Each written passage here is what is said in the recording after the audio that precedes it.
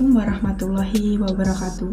Perkenalkan, nama saya Vidya Augusta Putri dengan nomor induk mahasiswa 1961039 dari kelas KP1 Manajemen 2019. Untuk memenuhi tugas evaluasi akhir semester mata kuliah bisnis internasional, saya akan menjelaskan tentang strategi bisnis internasional.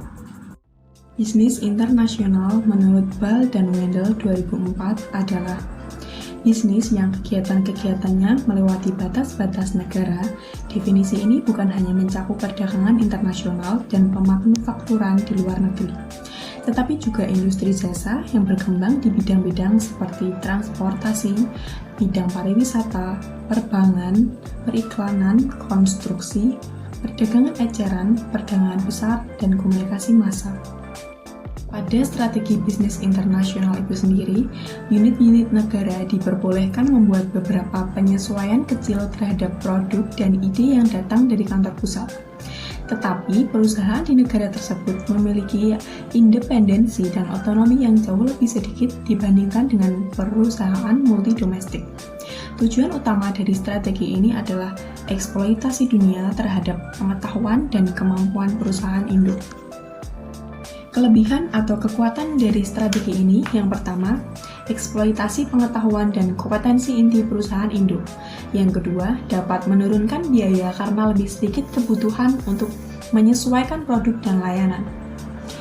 Dan kelemahan atau keterbatasan dari strategi ini yaitu kemampuan terbatas untuk beradaptasi dengan pasar lokal. Dan yang kedua, ketidakmampuan memanfaatkan ide-ide dan inovasi baru yang terjadi di pasar lokal. Namun, mengembangkan strategi internasional jauh lebih rumit dibandingkan dengan mengembangkan strategi domestik. Mengapa demikian? Karena manajer yang mengembangkan sebuah strategi untuk perusahaan domestik harus berhadapan dengan sebuah pemerintah nasional, satu mata uang, satu sistem akuntansi, satu sistem politik dan hukum, dan biasanya satu bahasa dan budaya yang sejenis. Namun, pada manajer yang bertanggung jawab dalam mengembangkan sebuah strategi internasional, harus mengerti dan menghadapi beberapa pemerintah, beberapa mata uang, beberapa sistem akuntansi, beberapa sistem politik, beberapa sistem hukum, dan bahasa dan budaya yang bervariasi.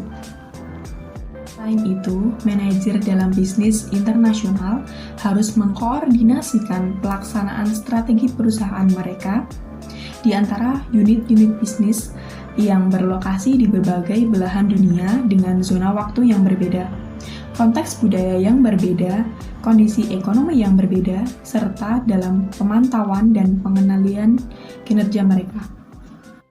Sekian yang dapat saya sampaikan, kurang dan lebihnya saya mohon maaf yang sebesar-besarnya. Wassalamualaikum warahmatullahi wabarakatuh.